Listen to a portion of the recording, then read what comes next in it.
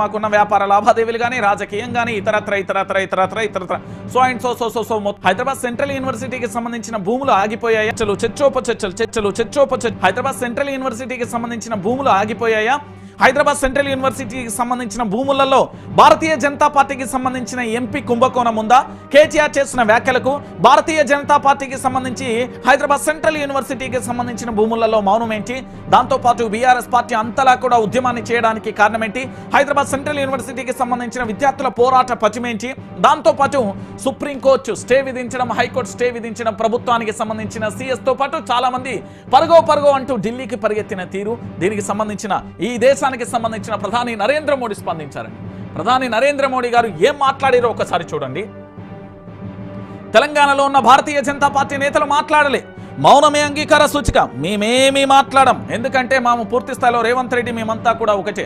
గతంలో ఆయన member of పార్లమెంట్గా పనిచేశారు, మా దోస్తానం ఎక్కడ చెడిపోతుంది, దాంతోపాటు మాకున్న వ్యాపార లావాదేవీలు కానీ రాజకీయం కానీ ఇతరత్ర సో అండ్ సో మొత్తానికి కూడా వాటన్నింటినీ కూడా పక్కన పెట్టి హైదరాబాద్ సెంట్రల్ యూనివర్సిటీ గురించి ఎక్కడ మాట్లాడలేదు. కానీ ఈ దేశానికి సంబంధించిన ప్రధాని నరేంద్ర మోడీ కాంగ్రెస్ పాలిస్తున్న తెలంగాణ, కర్ణాటక, హిమాచల్ రాష్ట్రాలలో ప్రజల పట్ల ఆ పార్టీ విశ్వఘాతకానికి పాల్పడుతుంది. ఆ రాష్ట్రాలలో అభివృద్ధిని, సంక్షేమాన్ని అటకెక్కించింది.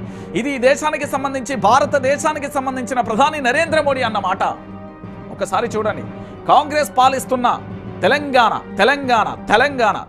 రాష్ట్రంలో చూడురి, తెలంగాణలో అడవులపైకి బుల్డోజర్లు, వన్యప్రాణుల ప్రమాదంలో పడేయడం, పర్యావరణ విధ్వంసమే కాంగ్రెస్ శైలి. కంచగచ్చిబౌలి భూముల వివాదంపై పరోక్షంగా ప్రధాని నరేంద్ర మోడీ ఆరోపణలు. ముస్లింల పైన మీకంత ప్రేమ ఉంటే కాంగ్రెస్ పార్టీ అధ్యక్షుని చేయండి. వక్స్ చట్టంలో పేద ముస్లింలకు లబ్ధి. 2013 నాటి యూపీఏ చట్టంతో భూమాఫియాకే లాభమని కూడా పూర్తి స్థాయిలో స్పష్టీకరణ. ఎన్నో ఏళ్లుగా పూర్తి స్థాయిలో కూడా రికార్డులలో గచ్చిబౌలి భూములు అడవి అయి ఉంటే అటవీ శాఖ పరిధిలోనే ఉండేది. బీడు భూములుగా ఉండడంతో చెట్లు పెరిగి అవి అడవిలా కనిపిస్తుంది. సుప్రీంకోర్టులో రాష్ట్ర ప్రభుత్వం అఫిడవిట్ దాఖలు. రేపు విచారణ అంచు కూడా ఇక్కడ చూస్తారు. ఇదే అంశానికి సంబంధించి ఒకసారి ఇక్కడ చూడాలి. హెచ్ఈసీపై సర్కార్ కౌంటర్. సుప్రీంకోర్టులో కౌంటర్ దాఖలు చేసిన తెలంగాణ ప్రభుత్వం రేపు గచ్చిబౌలి భూములపై సుప్రీంకోర్టులో విచారణ. గచ్చిబౌలి భూములపై అటవీ భూములు కావు, 20 ఏళ్లుగా ఖాళీగా ఉండడంతో పొదలు పెరిగాయి. కౌంటర్ దాఖలు చేసిన తెలంగాణ ప్రభుత్వం. రైట్, ఇక్కడ మనం మాట్లాడుకోవాలి. ఇంకొక పేపర్ కూడా ఉంది, ఎందుకంటే వీళ్ళ పేపర్లు చదవకపోతే ఎట్లా. తెలంగాణలో బుల్డోజర్లతో ప్రకృతి విధ్వంసం, అడవులను నరికేస్తున్న కాంగ్రెస్ సర్కార్ ప్రజలకు ఇచ్చిన హామీలను విస్మరించింది. రేవంత్ సర్కార్ పై ప్రధాని నరేంద్ర మోడీ విమర్శలు. ఇక కాంగ్రెస్ పార్టీ ఆయన మాట్లాడుతాండి, ఈయన పేరు ఏమో ఉంటుందయ్యా, కిరణ్ ఏమో ఉంటుంది, శ్యామల కిరణ్ అంటారు. ఈయన ఎట్లా అంటే చాలా ఈయన ప్రెస్ మీట్లన్నీ కూడా చూడుర్రి, మీకు భలే అనిపిస్తుంది. ప్రజలను తప్పుదోవ పట్టిస్తున్న ప్రధాని నరేంద్ర మోడీ ఒక మాట మాట్లాడితే ఆయన చుట్టూ ఉండే వ్యవస్థ కానీ ఆయన చుట్టూ ఉండే వాళ్ళందరూ కూడా క్లారిటీగా సమాచారం లేదే మాట్లాడతారా అండి? ఒక దేశానికి సంబంధించిన ప్రధాని నరేంద్ర మోడీ బాధ్యతాయుతంలో పదవిలో ఉండి తప్పుగా మాట్లాడతారా అండి? అలాంటి ప్రధాని నరేంద్ర మోడీ దేశ ప్రజలందరినీ కూడా తప్పుదోవ పట్టిస్తున్నారట. ఇది తెలంగాణ రాష్ట్రానికి సంబంధించిన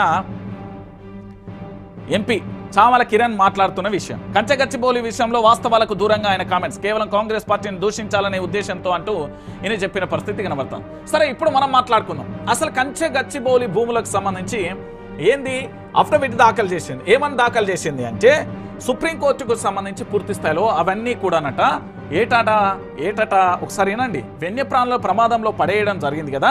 ఇక్కడ పూర్తి స్థాయిలో కూడా తెలంగాణ అడవుల మీద బుల్డోజర్లు అయితే పంపించాలని ప్రధాని నరేంద్ర మోడీ మాట్లాడింది కదా.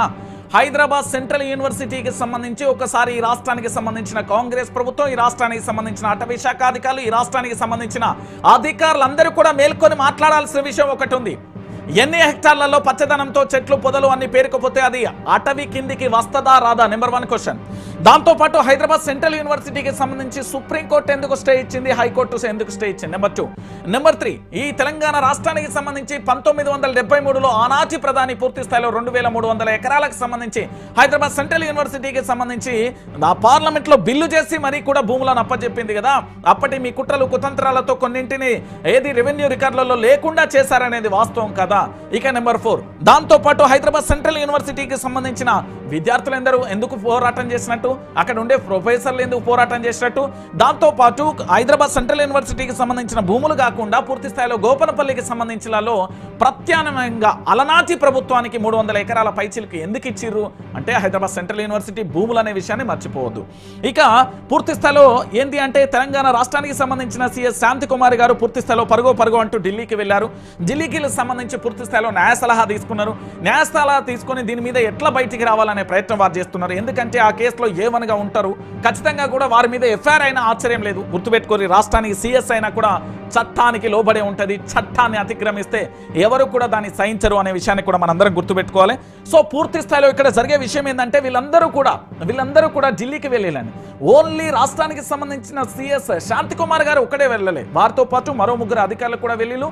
వారు నిన్న చర్చోపచర్చలు హైదరాబాద్ సెంట్రల్ యూనివర్సిటీకి సంబంధించిన భూములు ఆగిపోయాయా, హైదరాబాద్ సెంట్రల్ యూనివర్సిటీకి సంబంధించిన భూములలో భారతీయ జనతా పార్టీకి సంబంధించిన ఎంపీ కుంభకోణం ఉందా, కేటీఆర్ చేసిన వ్యాఖ్యలకు భారతీయ జనతా పార్టీకి సంబంధించి హైదరాబాద్ సెంట్రల్ యూనివర్సిటీకి సంబంధించిన భూములలో మౌనం ఏంటి, దాంతోపాటు బీఆర్ఎస్ పార్టీ అంతలా కూడా ఉద్యమాన్ని చేయడానికి కారణం ఏంటి, హైదరాబాద్ సెంట్రల్ యూనివర్సిటీకి సంబంధించిన విద్యార్థుల పోరాట పటిమేంటి, దాంతోపాటు సుప్రీంకోర్టు స్టే విధించడం, హైకోర్టు స్టే విధించడం, ప్రభుత్వానికి సంబంధించిన సిఎస్ తో పాటు చాలా మంది పరుగో అంటూ ఢిల్లీకి పరిగెత్తిన తీరు, దీనికి సంబంధించిన ఈ దేశానికి సంబంధించిన ప్రధాని నరేంద్ర మోడీ స్పందించారండి. ప్రధాని నరేంద్ర మోడీ గారు ఏం మాట్లాడారో ఒకసారి చూడండి. తెలంగాణలో ఉన్న భారతీయ జనతా పార్టీ నేతలు మాట్లాడలే, మౌనమే అంగీకార సూచిక, మేమేమీ మాట్లాడం, ఎందుకంటే మేము పూర్తి స్థాయిలో రేవంత్ రెడ్డి మేమంతా కూడా ఒకటే. గతంలో ఆయన మెంబర్ ఆఫ్ పార్లమెంట్గా పనిచేశారు, మా దోస్తానం ఎక్కడ చెడిపోతుంది, దాంతోపాటు మాకున్న వ్యాపార లావాదేవీలు కానీ రాజకీయం కానీ ఇతరత్ర సో అండ్ సో మొత్తానికి కూడా వాటన్నింటినీ కూడా పక్కన పెట్టి హైదరాబాద్ సెంట్రల్ యూనివర్సిటీ గురించి ఎక్కడ మాట్లాడలేదు. కానీ ఈ దేశానికి సంబంధించిన ప్రధాని నరేంద్ర మోడీ కాంగ్రెస్ పాలిస్తున్న తెలంగాణ, కర్ణాటక, హిమాచల్ రాష్ట్రాలలో ప్రజల పట్ల ఆ పార్టీ విశ్వఘాతకానికి పాల్పడుతుంది. ఆ రాష్ట్రాలలో అభివృద్ధిని, సంక్షేమాన్ని అటకెక్కించింది. ఇది ఈ దేశానికి సంబంధించి, భారతదేశానికి సంబంధించిన ప్రధాని నరేంద్ర మోడీ అన్న మాట ఒకసారి చూడండి. కాంగ్రెస్ పాలిస్తున్న తెలంగాణ రాష్ట్రంలో చూడురి, తెలంగాణలో అడవులపైకి బుల్డోజర్లు, వన్యప్రాణుల ప్రమాదంలో పడేయడం, పర్యావరణ విధ్వంసమే కాంగ్రెస్ శైలి. కంచగచ్చిబౌలి భూముల వివాదంపై పరోక్షంగా ప్రధాని నరేంద్ర మోడీ ఆరోపణలు. ముస్లింల పైన మీకంత ప్రేమ ఉంటే కాంగ్రెస్ పార్టీ అధ్యక్షుని చేయండి. వక్స్ చట్టంలో పేద ముస్లింలకు లబ్ధి. 2013 నాటి యూపీఏ చట్టంతో భూమాఫియాకే లాభమని కూడా పూర్తి స్థాయిలో స్పష్టీకరణ. ఎన్నో ఏళ్లుగా పూర్తి స్థాయిలో కూడా రికార్డులలో గచ్చిబౌలి భూములు అడవి అయి ఉంటే అటవీ శాఖ పరిధిలోనే ఉండేది.